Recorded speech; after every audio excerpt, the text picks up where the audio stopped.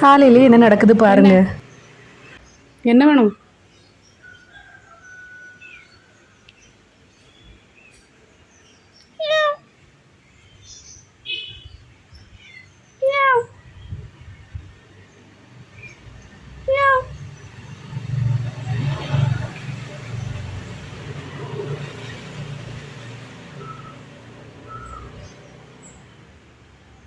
கொஞ்சம் கழிச்சு வரேன்.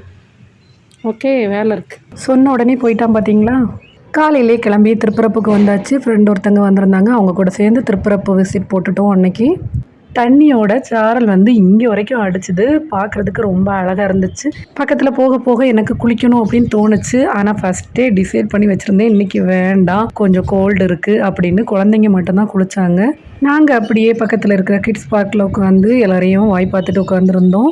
நீங்கள் எத்தனை வாட்டி திருப்பரப்பு போயிருக்கீங்கன்னு கீழே கமெண்டில் பண்ணுங்கள். நான் எப்போ ஊருக்கு வந்தாலும் அப்போல்லாம் போவேன்.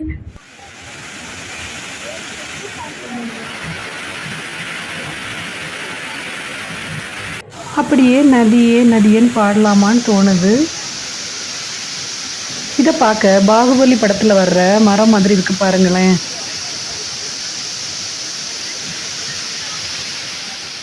இந்த சைடில் இருக்கிற இடங்கள் எல்லாம் முன்னாடி அலோவ் பண்ணாங்க. இப்போ ஒரு 7-8 வருஷமாக அலோவ் பண்ணுறதுல எல்லாமே கரெக்டாக வந்து வேலி போட்டு அப்படியே வச்சுருக்காங்க. ஜஸ்ட் இங்கேருந்து நம்ம பார்க்க தான் முடியும். நதியே நதியே காதல் நதியே நீயும் பெண்தானே.